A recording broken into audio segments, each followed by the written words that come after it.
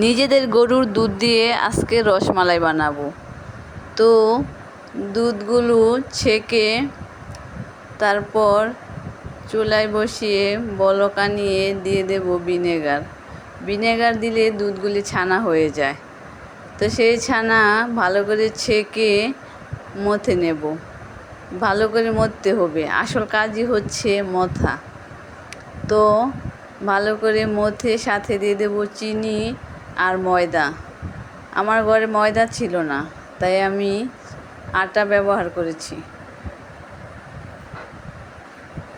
তো ভালো করে মথে হাতে একটু তেল দিয়ে গোল গোল করে বল বানিয়ে নেব।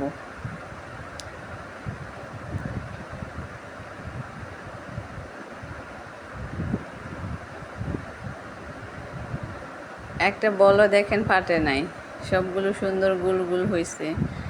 তারপর চুলায় কড়াই দিয়ে পানি দিয়ে পরিমাণ মতো চিনি দেব, 2-3টা এলাচ দেব, বলক আসলে দিয়ে দেব বলগুলি।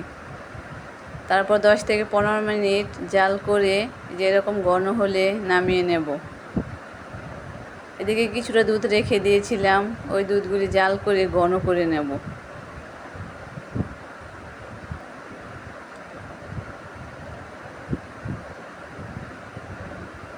ঘন করে ঠান্ডা করে অন্য একটা পাত্রে ঢেলে নেব। কিছুটা কাঠবাদাম দিয়ে দেব, এটা অপশনাল, আপনারা চাইলে দিতে পারেন, নাও দিতে পারেন। তারপর দিয়ে দেব শিরা সহকারে বলগুলো। এখন ঠান্ডা করে নর্মাল ফ্রিজে 2 ঘন্টা রেখে দেব।